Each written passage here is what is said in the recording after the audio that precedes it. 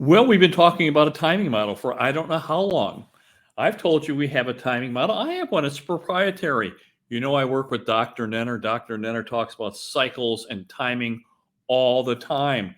So you hear me talk about my timing model. So let's just take a look at it. It has been very, very, very accurate. So here it is. Let's take a look at it. So as you can see, this is stylized. Of course, it doesn't go in straight lines. That would be pretty boring to look at. So I've stylized this a little bit. So it's based on an 18.5-year cycle. Doesn't necessarily mean it has to be exactly 18, but there are signposts that go along telling you where you are. It just kind of confirms where the model is working. But what does a timing model do? What does a timing model do? Well, it tells us where we are in a cycle and what we should expect. Kind of helps us with our risk, helps us with being aggressive or not being aggressive. When should you kind of push down on the accelerator and when should we hold off? Well, right now we think we're pretty close to the top. So when we say we're close to the top, what does that top mean? It means that it comes to the completion. If you come to some of my seminars, and we're having one here August 15th here in Phoenix, Arizona, it's going to be an outstanding program. We're going to talk about exactly what this timing is. But we think we're going to get to this very top, the very top where that arrow is pointing, sometime this quarter, third quarter of 2023. That's what our timing model says. That doesn't mean that we fall off and start crashing. What it means is that the market quits going up. Now, if we wanted to get really, involved on this, there's actually two peaks. First peak came in March 2022. That's the most important peak. That's where most of all the momentum's at. That's where you get FOMO. That's where you get people bidding more than they should. They're going, trying to outbid each other. You get multiple bids on properties. People are crazy. They're afraid of missing out. That was in peak of March of 2022. And if you go to textbook, comes down about 11%. Then it kind of consolidates and it comes back up. And you recover 6, 7, 8% of at 10% loss because it comes down about 11, 12%. And it comes back 5 or 6. And when that comes back, that means that that's probably the end of it. And we think that that second peak is coming in this quarter, sometime this quarter. And that means that it's probably going to go up. It's not going to go any more higher in this cycle. So this is a pretty long cycle. It's 18 years. We get to see maybe 3 or 4 in your lifetime. If you're lucky, this will be the third one for me. And they're all pretty much the same. But what exactly does that tell us? So it tells us at the moment that things should start to get pretty dicey because that's typically what happens. Going up on the left side of that is great fun. Everybody makes money. Everybody's excited. There's plenty of money around, plenty of jobs. People are partying. They're buying toys. That's when you have motorhomes and boats and RVs and just having all kinds of fun, going on trips and vacations. Well, when you go over that completion period, that's not so much fun. That changes a lot. So once we start coming down onto the right side, things change. So let me go to my next slide and let's just talk about one of the signposts that we see on the timing model because it's being accurate. It's been very, very accurate. If you look back, you see those two little bumps. Those were two corrections that the timing model absolutely positively identified. They were corrections in an ongoing bull market, and that told us that we could go ahead and buy into those corrections. This one is telling us that we're going to peak, and it's not a correction on the other side of the peak. It's going to be a pretty severe retracement. So let me go to my next slide. We'll just talk about one of the signposts that we see. So typically what you see is overexuberance. That's one of the key signposts, and that's going to lead to corporate defaults. Bank of America warned back in May that tougher credit environment combined with a full-blown recession, which is, I think we are heading into a recession, is going to have $1 billion, maybe $1 trillion in corporate debt defaults. Let me go to my next slide. And this is what we're seeing. This is exactly what we are seeing right now. We're seeing properties that are coming back. It's in the news. So a lot of the big REITs, a lot of the big players have purchased hotels and office buildings, and these office buildings are now vacant. We've got the vacancy factors are extremely high. Now, occupancy and vacancy are two different things. So occupancy is under 50% almost all across the country. Places like Washington, D.C., they're down to low 40% occupied. They're still not vacant because someone's still paying the rents, but as the rent terms come due, people are bailing out of them. So we're seeing vacancy factors typically, which a normal vacancy factor would be unusual for have anywhere from 3 to 6 to 7% in a commercial building of vacancy. Now we're looking at 12 to 15 to 20 to 23%. I'm hearing sometimes we have 30% vacancy. And of course, these buildings are sold on what they generate an income. So if a third of your building or a fourth of your building or a half of your building is empty, not generating any income, well, of course, it's no longer worth as much. If it used to make you $1 million a month and now it only makes you $500,000 a month, well, you've lost half your.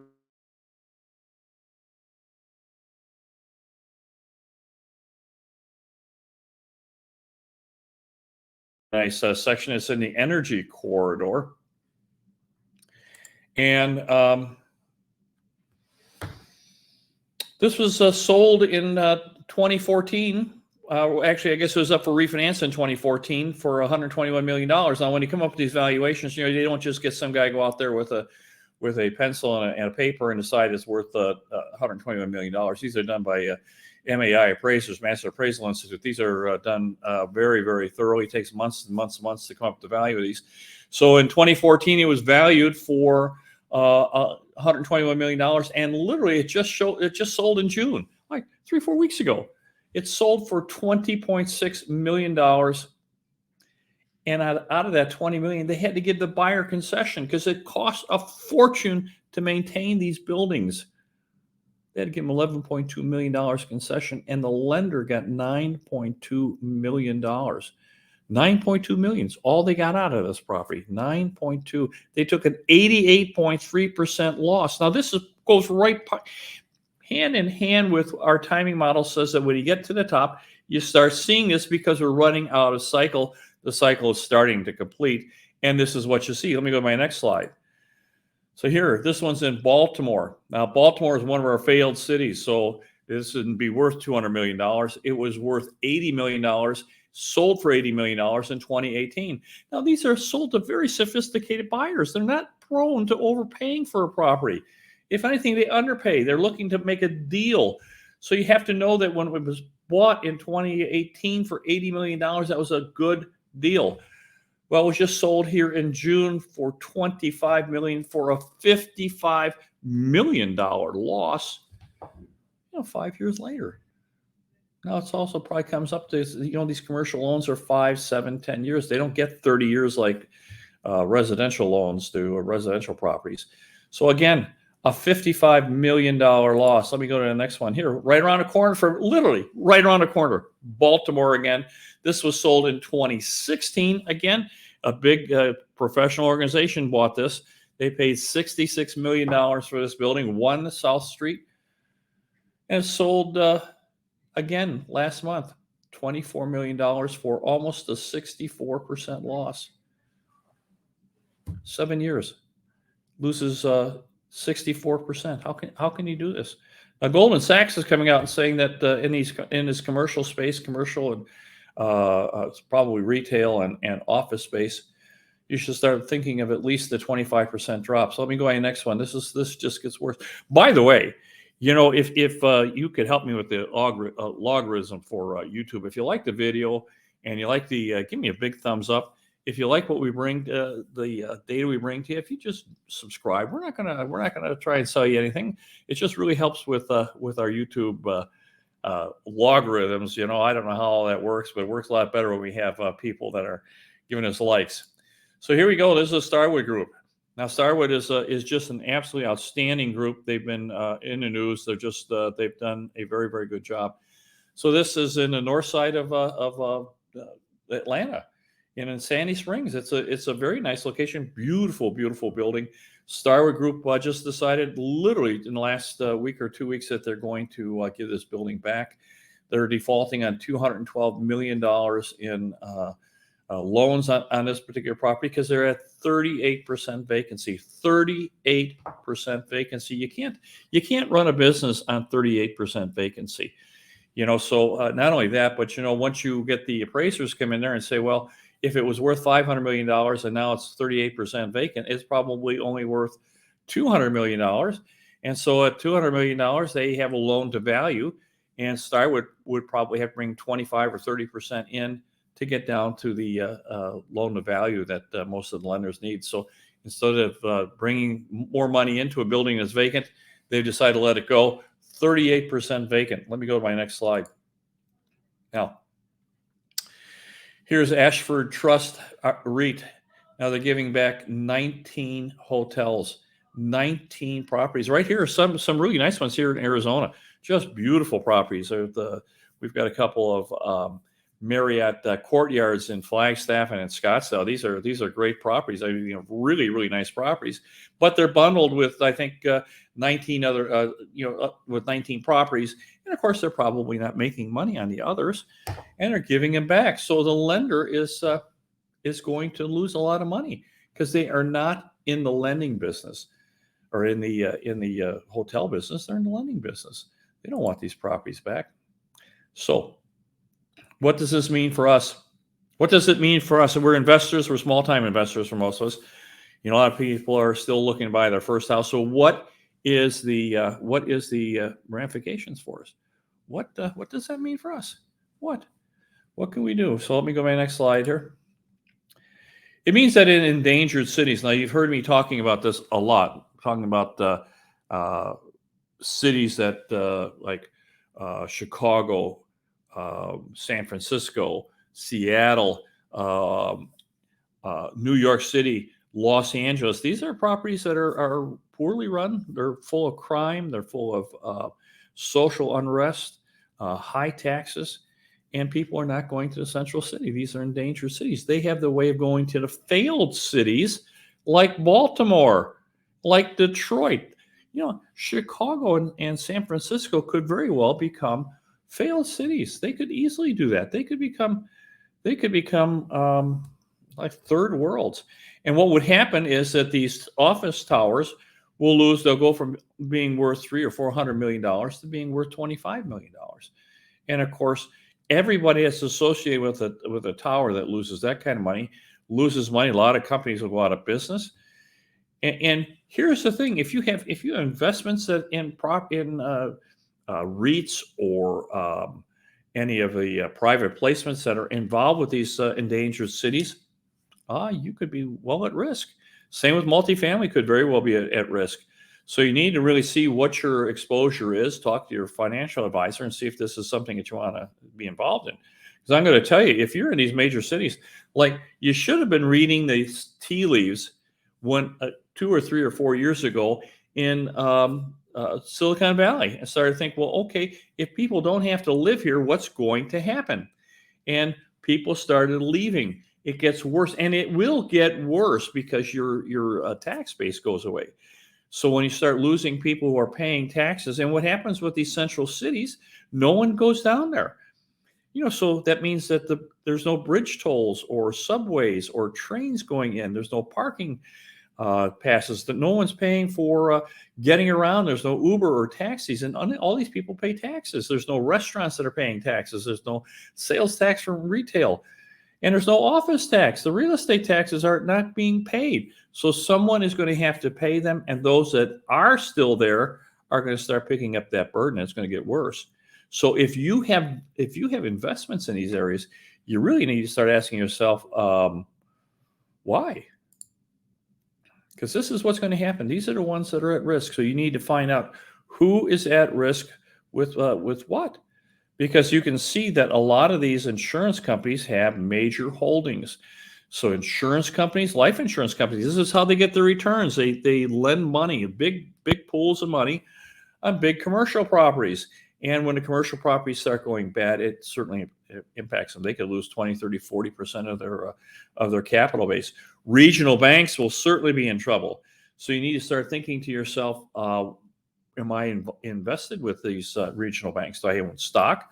Do I have any capital requirements in them? Do I have any capital that's exposed to them? Same with REITs. 401ks are certainly going to be impacted on these.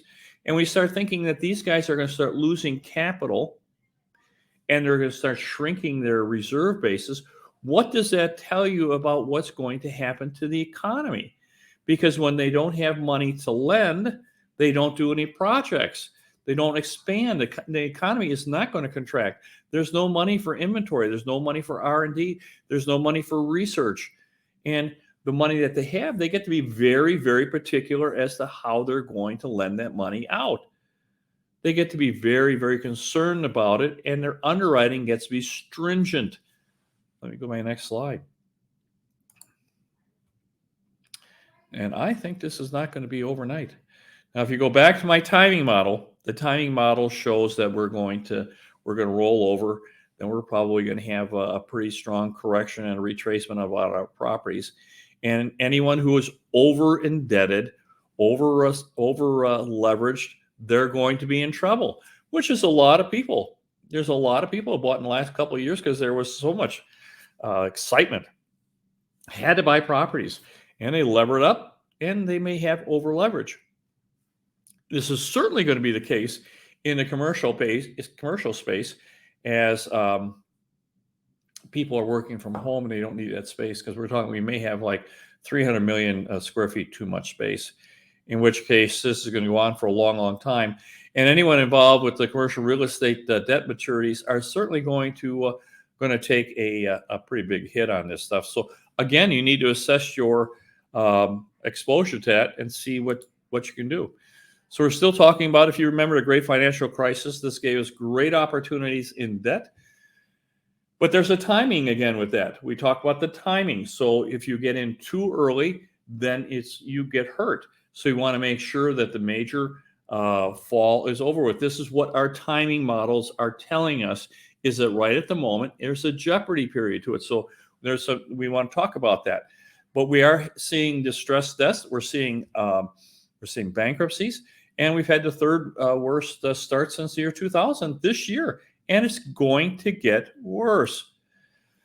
So again, we've seen the commercial mortgage-backed securities, the delinquency rate is going up. It's still fairly nominal, but of course it's got a long ways to run.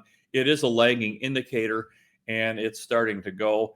Now in 1989, it was a leading indicator. So maybe this is kind of like a 1989 showing us that things are going to get worse. And I'm going to tell you, just because if you don't have commercial buildings, that doesn't mean you're not going to be affected, because it is going to slow the entire economy down.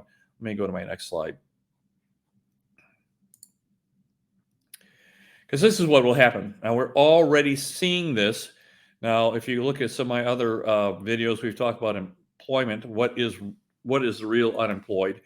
My personal feeling is that unemployment is a lot higher than 3.6%, 3.7%. It's the way they call it in definition. So it's like when you see the government officials say, yeah, that's not my private jet. I don't fly on that private jet. I don't have anything to do with it. It's not my private jet. Oh yeah, it is my wife's private jet. So they play games with the semantics with this stuff. And what we think, and once you start looking into it, is that really there is more unemployment, because look at what's going on with retail. You can see that retail is dropping like a rock, and look what happened. So let me go to the next slide. These guys are at bankruptcy risk. Bed Bath & Beyond, Express, David's Bridal, Big Lots, Foot Locker, and CVS Pharmacy. These guys are all at risk. Kohl's. These were great companies, and they're in trouble. And Nordstrom's one of my favorites. Now, what happens if they go bankrupt? What happens to the people who own the buildings that Nordstrom's in, or Bed Bath & Beyond is leasing? Because they don't own the buildings, they lease them. What about CVS Pharmacy? People own those buildings. So this is going to affect all of us. Someone is going to take very, very steep losses. Someone is just going to take a bath. So this is going to affect everybody in the marketplace. What does this mean for you? Well, it means we're all going to get rich. We're going to make a lot of money. So It's a timing. So we're talking about our timing model. Now, I get this question all the time. The hardest thing to do when you're an investor is patience. The toughest investment advice you can have is to wait. Wait until we've started to complete that. We want to make sure we're completing the cycle, because the cycle will start up again. It's going to go again. So this is a shakeout period. This is when all of the defaults happen. The people who really shouldn't have had money got money. You know how that was. We had such a loose environment. We're going to get rid of all the chaff. And when that happens, there are going to be great, great buys. This is where money is going to be made. Wealth is going to be created, and you are going to make a lot of money for you and your family and your clients. But there's a certain amount of waiting. There is a timing to this. Now, what if you're a first-time home buyer and you're looking to buy a home? I get this question. I was asked to answer this question. So again, it depends on timing. If you're moving to Austin and you're going to live there for 2 years, then you're probably better off leasing something. Don't buy, because Austin is probably overbuilt, and is one of those places that's probably going to have a pretty steep correction. So if Austin's going to come down, probably not something that you should be doing. So you rent there. Now, what if you're going to come here to Phoenix and you're going to stay here for 5 years or 10 years, and your business is really going to do well here because our business is just exploding? Well, if you've got a 5-year horizon, then you're probably going to be fine. So you can go ahead and buy a property, because I think that here's the secret. Here's the whole crux of this, is that interest rates are driving a lot of the creation of single-family homes. It's really slowing that. We entered into this correction with about a 4 to 5 million home deficit. Builders built a lot of stuff, but they couldn't deliver. They couldn't get these while the people were ready for them, and interest rates have come up and almost doubled on their buyers. Now the buyers can't afford the houses that they had ordered, and the builders are delivering, and there's no buyer. Scares the bejeebies out of these guys. That's why you're seeing builders having these great sales, because they are scared to death. They are trying to get rid of their inventory. They're a great buy. So if you're a young couple and you've got a 5 to 6 to 7 year horizon, then by all means take a look at some of the builders, see if you can't take care of some of their concessions. They're buying rates down, they're giving appliance packages, they're discounting properties, they're discounting prices. They want to get these properties sold. What a great opportunity for you. You may not see that for a while, but just be prepared that the prices may come down a little bit. But if you're there for 5 or 6 or 7 years, you're probably going to be fine, because we don't have enough single family homes in America, and our borders are wide open. We're getting millions of people coming across. They all need a place to live. So this should be a great, great opportunity for you. There's going to be a better one coming. There is going to be an opportunity to get rich.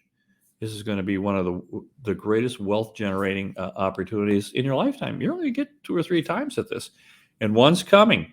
So if you need to get your retirement done, if you want to add some to your 401k, if you want to build some passive income, you're going to get an opportunity coming to you very, very soon. It's not now. If you want to call us and get on our list, we'll tell you when it's happening. It is not now. And I'd love to make $10,000, $20,000 taking out and buy something, but it's not now. It will be. And when I tell you it's time to go, you're going to say, I don't want to. I'm scared. That's what's going to happen. We're going to go through this very difficult time. People are going to lose their houses. People are going to lose their jobs. You're going to have companies going to fold, and someone's going to pick up the pieces. You're going to see these prices get discounted. Now, not so much in Florida, Texas, and Arizona, because that's where the population is moving. That's where you want to buy. But you're going to have a great, great opportunity. So if you are in an endangered city, one that could become a failed city, you need to talk to your financial advisor, talk to your brokers, and say, what's my 5-year horizon here in Chicago? What's my 5-year horizon look like in Milwaukee? What's my 5-year horizon look like in San Francisco? And if it doesn't look good, then by all means do an IRC 1031 exchange. Let's not do a capital gains event. Let's pay no taxes on this. Let's defer the taxes. And you can come to Florida, Texas, or Arizona. We love you to come here to Arizona because the sun is bright here. The future is bright. I think you'll do just fine. And we're just transferring one season dollars to the next dollars. The only jeopardy I see is for people who are just putting new capital in. And if you have a 5 to 6 to 7 year horizon, you're probably fine. Now I'm here, so let me go to my next slide, see if I can even find my next slide here. I'm talking way longer than I wanted to. That's where I'm at. You can find me here, and we can set a time when we can get together and talk about what's good for you, what's good for your family, and see if we can't make an appointment and talk about what kind of goals we can get, because we're all going to get rich. We're going to get rich very, very soon. In the meantime, my very, very best to you. Bye-bye now.